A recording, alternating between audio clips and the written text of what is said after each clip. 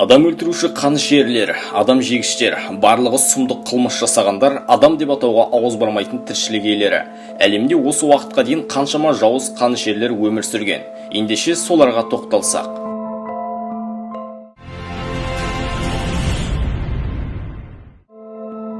Психологтардың айтуынша қанішерлер психологиялық ауытқуға ұшыраған адамдар. Жастайынан белгілі бір зорлық-зомбылыққа душар болып, қатыгездік көріп өскендер.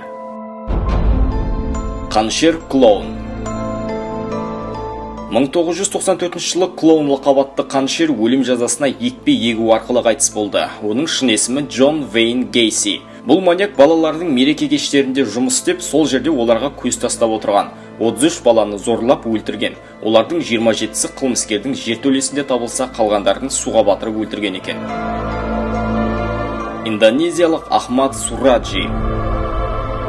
Ахмад Сураджи, индонезиялық маньяк 42 әйелді өлтірген, барлығын бірдей тәсілмен. Жерге көміп, тек басын қалдырған да қылқындырған. Азаптанған әйелдің аузынан аққан сілекейді ішіп отырған. 2008 жылы ату жазасына кесілді.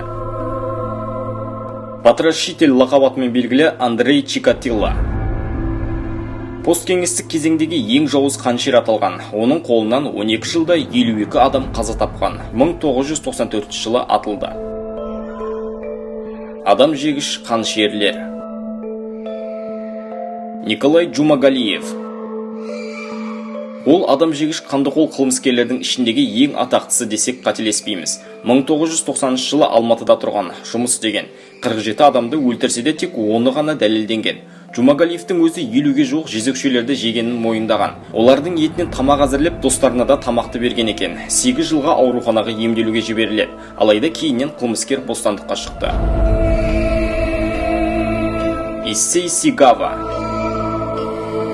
Жапондық адам жегіш жастайынан дұрыс қалыптаспай толықтай жетілмегендігін өзінің әрекеттерімен дәлелдей бастаған. Студент шағында өзінің курстас қызын үйіне шақырғанда атып өлтірген.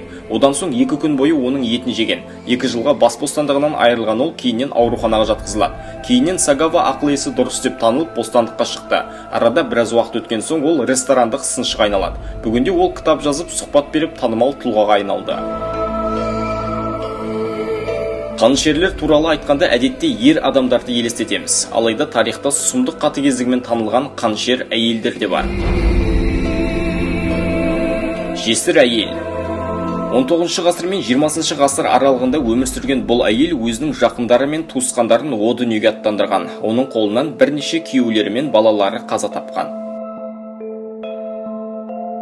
Джейн Топан. Медбике қызметінде болған Джейн Топан өзінің емделушілерін өлтірген. Балалар үйінен шыққан ол жоқсыздықта өмір сүрген. Әкесі де ауру болған екен. Адамдарға есірткі салып өлтіретін болған. Және осыдан ләззат алатынын мойындаған. Сараптамада Джейннің ақыл-есі дұрыс еместігі дәлелденді. Қанды графиня.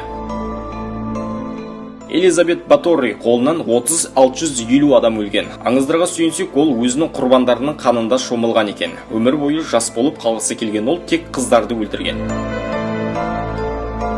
Аталған қанішерлердің барлығы өмірде болған. Біз тыныс алған ауамен олар да тыныстаған. Бүгінгі күніде қанішерлер, маньяктар, адам өлтіретін жауыздар өте көп. Олардың бірін білсек, бірін білмейміз.